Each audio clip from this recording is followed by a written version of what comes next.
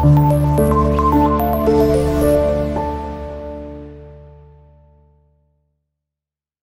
वालेकुम स्टूडेंट्स, कैसे हैं आप सब? खैरियत से हैं? उम्मीद करता हूं कि आप बिल्कुल ठीक ठाक होंगे। स्टूडेंट, आज का जो लेक्चर है इसमें हमें सबसे पहले तो डिस्कस करना है कि केमिकल इक्विलिब्रियम क्या होता है। उसके बाद फिर हम देखेंगे difference between dynamic and static equilibrium, और लास्ट में कुछ एग्जांपल्स इससे रिलेटेड लेंगे और ग्राफिकल एक्सप्लेनेशन भी देंगे कि किस तरह से ड्यूरिंग द रिएक्शन जो रेट ऑफ फॉरवर्ड और रेट ऑफ रिवर्स रिएक्शन है वो किस तरीके से वेरी करते हैं। तो जी स्टूडेंट, सबसे पहले तो हमने बात करनी है केमिकल इक्विलिब्रियम के बारे में। केमिकल इक्विलिब्रियम क्या होता है, तो सबसे पहले इसकी डेफिनेशन देख लेते हैं। केमिकल इक्विलिब्रियम, देखिए जहां तक बात है केमिकल इक्विलिब्रियम की, तो ये हमेशा याद रखिएगा कि केमिकल इक्विलिब्रियम जो है it is only established in reversible type of friction. ठीक है, जो इरिवर्सिबल टाइप ऑफ फ्रिक्शन होते हैं उनमें ये टर्म यूज नहीं की जाती। तो for only reversible type of friction we use chemical equilibrium. ठीक है, अब क्या होता है, हम जानते हैं कि जैसे फॉर एग्जांपल मेरे पास ये ए है, ये मिलता है बी के साथ, और इससे क्या बनता है, सी प्रोडक्ट और डी प्रोडक्ट बनता है, और सी और डी प्रोडक्ट वापस से रिकम्बाइन होने के बाद ए और बी रिएक्टेंट्स की फॉर्मेशन करते हैं। ये एक रिवर्सिबल टाइप ऑफ प्रोसेस है। ठीक है, जिसमें कि रिएक्शन फॉरवर्ड भी जाएगा और रिएक्शन रिवर्स भी जाएगा। ठीक है, और जो स्पीड है रिएक्शन की के जिसके तहत रिएक्टेंट्स मिलने के बाद प्रोडक्ट बनाएंगे इसको रेट ऑफ फॉरवर्ड रिएक्शन कहते हैं, और स्पीड के जिसके तहत हम कहते हैं कि जो आपके प्रोडक्ट है वापस भी कंबाइन होता है जिससे कि रिएक्टेंट बनते हैं, इससे हम रेट ऑफ रिवर्स रिएक्शन कहते हैं। ठीक है, तो अब यहाँ पर इस बेस पे हमने डेफिनेशन राइट करनी है केमिकल इक्विलिब्रियम की। डेफिनेशन राइट करते हैं, फिर आगे चलेंगे। In a reversible reaction, in a reversible reaction, a state will come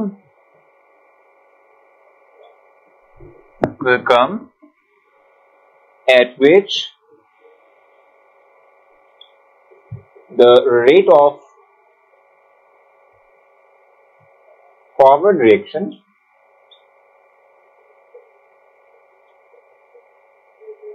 becomes equal to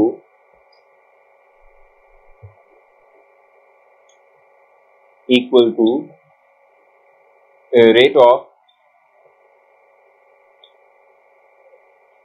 reverse reaction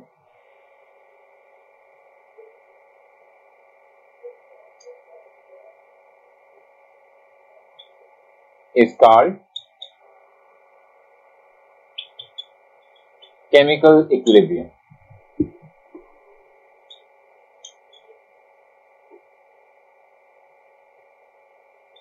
ये केमिकल इक्विलिब्रियम है। अब समझ लेते हैं इसको कि हम क्या कह रहे हैं।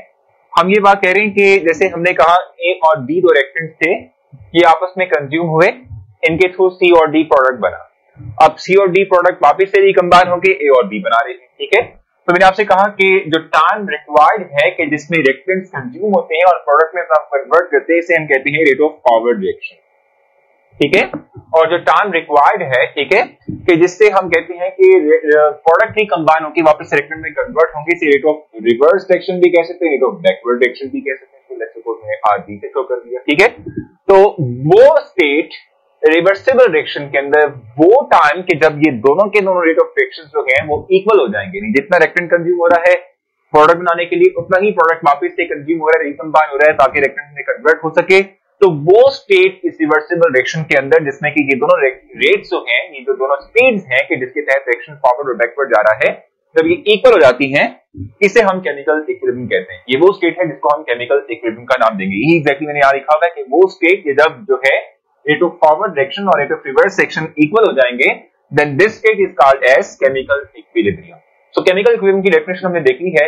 अब हम इसकी डिफरेंट टाइप की बात करेंगे कि what is dynamic and what is static equilibrium. तो जी स्टूडेंट, जैसे मैंने आपसे कहा कि हम डिस्कस करेंगे डायनामिक और स्टैटिक इक्विलिब्रियम के दरमियान डिफरेंस। तो सबसे पहले हम डायनामिक इक्विलिब्रियम की डेफिनेशन को राइट करते हैं। So what is dynamic equilibrium?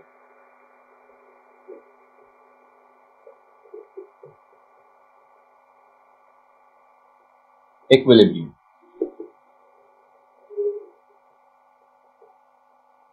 देखिए जनाब, जहां तक बात है डायनामिक इक्विलिब्रियम की, तो उसकी डेफिनेशन क्या है? हम ये बात कहते हैं कि वो टाइप ऑफ इक्विलिब्रियम की जिसमें डायरेक्शन जो है वो स्टॉप नहीं करेगा, बल्कि रेट ऑफ फॉरवर्ड और रिवर्स डायरेक्शन इक्वल हो जाएंगे, लेकिन डायरेक्शन कंटिन्यू रहेगा। इस तरह के डायरेक्शन को हम डायनामिक इक्विलिब्रियम कहते हैं। दिखाई जरा डेफिनेशन इसकी, इन विच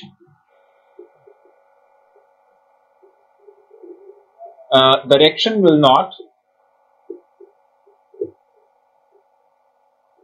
will not stop,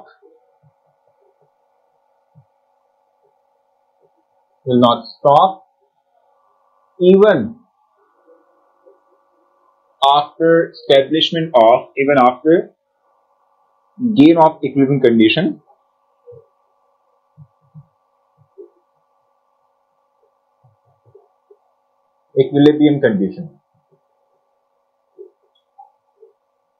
यानी कि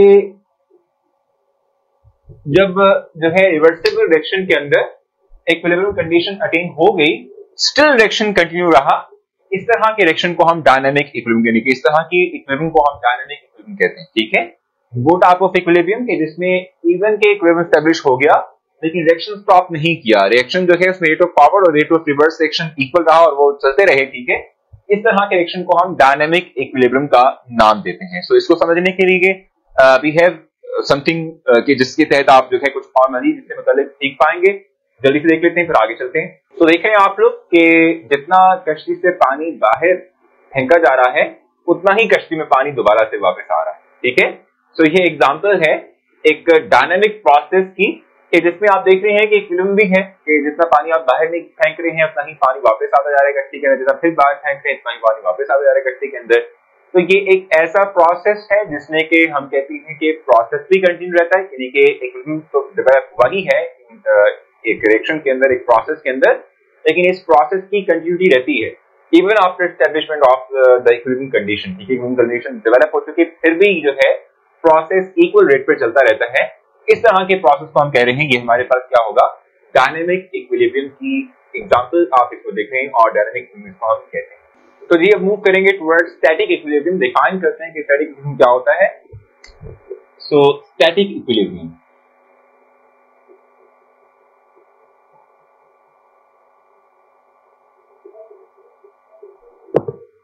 देखिए जनाब, जहां तक बात है स्टैटिक इक्विलिब्रियम की, तो हम कहते हैं कि ये है क्या। सबसे पहले तो उसको डिफाइन करते हैं। हम कहते हैं वो टाइप ऑफ इक्विलिब्रियम के जिसमें जब रिएक्शन जो है वो इक्विलिब्रियम अटेन कर लेगा तो रिएक्शन स्टॉप कर जाएगा, सीज कर जाएगा। इस तरह के रिएक्शन को हम, इस तरह के इक्विलिब्रियम को हम स्टैटिक इक्विलिब्रियम का नाम देते हैं। ठीक है, देख लेते हैं आप in this the reaction cease when the equilibrium condition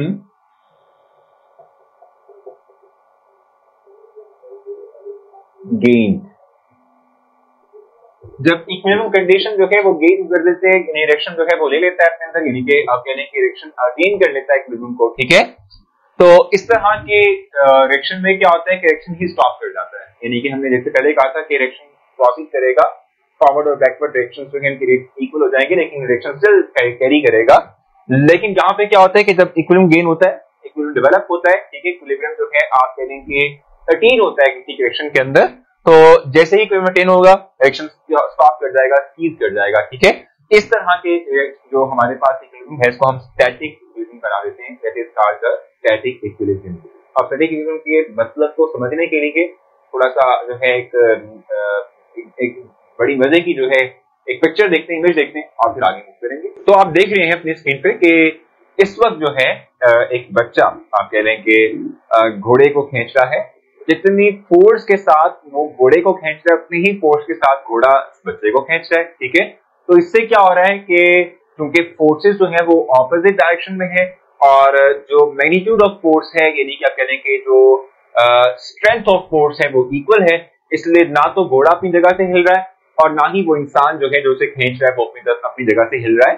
तो ये एक स्टैटिक इक्विलिब्रियम की एग्जांपल है। और इवन अगर आप अपनी लाइफ में देखें तो जो बिल्डिंग्स हैं, ठीक है, ये टूटती क्यों नहीं है, ये गिरती क्यों नहीं है, रीजन यही है कि जो फोर्स ग्रेविटेशनल पुल जो है वो अपनी तरफ इस मटेरियल को खींच रही है, उतनी ही फोर्स के साथ जो है ये बिल्डिंग आपके मटेरियल को अवे खींच रही है, ठीक है। तो जिससे क्या होता है कि जो फोर्सेज हैं, ठीक है, क्योंकि वो ऑपोजिट डायरेक्शन के अंदर है और एक इफेक्ट को दूसरे के इफेक्ट को नलीफाई कर रही है, कैंसिल कर रही है, निल कर रही है, ठीक है। इसलिए क्या होता है कि बिल्डिंग जो है वो रिस्ट्रिक्शन नहीं होती उसके अंदर, वो रिमेन रहती है एज इट इज ट्रूड रहती है, ठीक हो गया।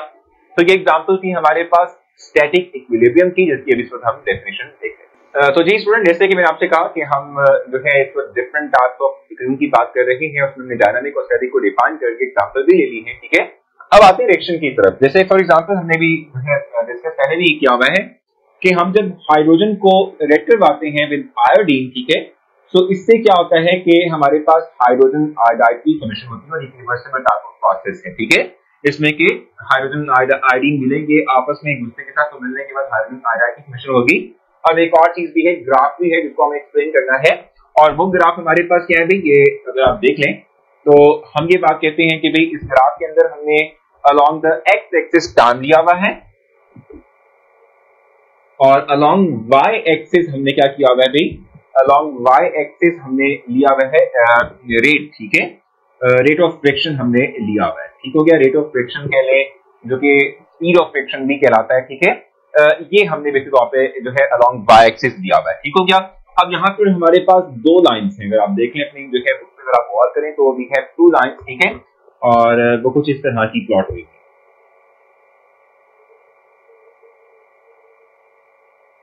अब देखिए जरा, आप गौर करें, ये जो रेट ऑफ फ्रिक्शन है ये है rate of forward reaction, rate of forward reaction, और ये है रेट ऑफ रिवर्स रिएक्शन, ठीक है। नीचे वाला रेट ऑफ रिवर्स रिएक्शन है, ऊपर वाला रेट ऑफ फॉरवर्ड रिएक्शन है। अब अगर आप इस सेक्शन पे बात करें, बल्कि इवन आप पहले एग्जांपल पे आ जाए, हम सिंपल करते हैं क्या है कि जिस कंटेनर में हमें रिएक्शन करवाना हो पहले हम उसमें रिएक्टेंट डाल देते हैं, ठीक है।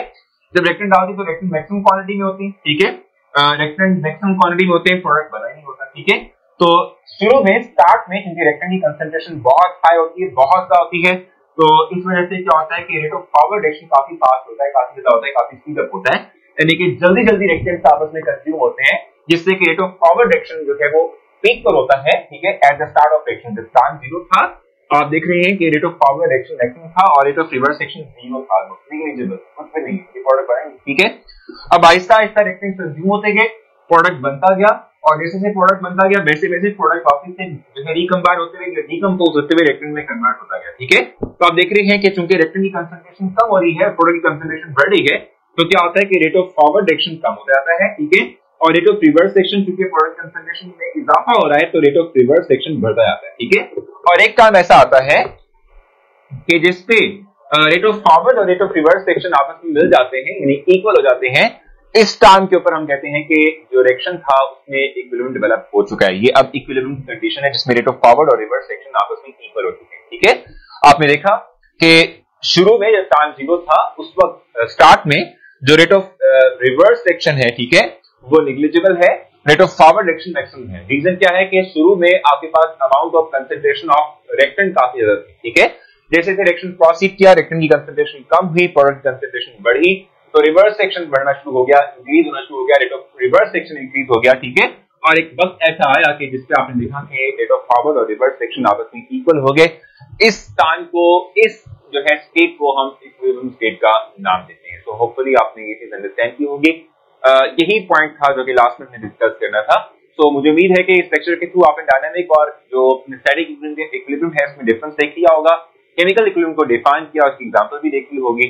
तो ये लास्ट पॉइंट भी हमने जो देखा कि रेट ऑफ फॉरवर्ड और रिवर्स रिएक्शन कैसे वेरी करता है ड्यूरिंग द रिएक्शन, ठीक है, रिवर्सिबल रिएक्शन के अंदर, ये तमाम बातें हमको समझ आई होंगी। फिर कोई कंफ्यूजन रह गई हुई आप मुझसे पूछ सकते हैं, मैं आपको जरूर रिस्पॉन्स दूंगा। अपना ढेर सारा ख्याल रखें, नेक्स्ट लेक्चर में मुलाकात होती है, तब तक के लिए अल्लाह।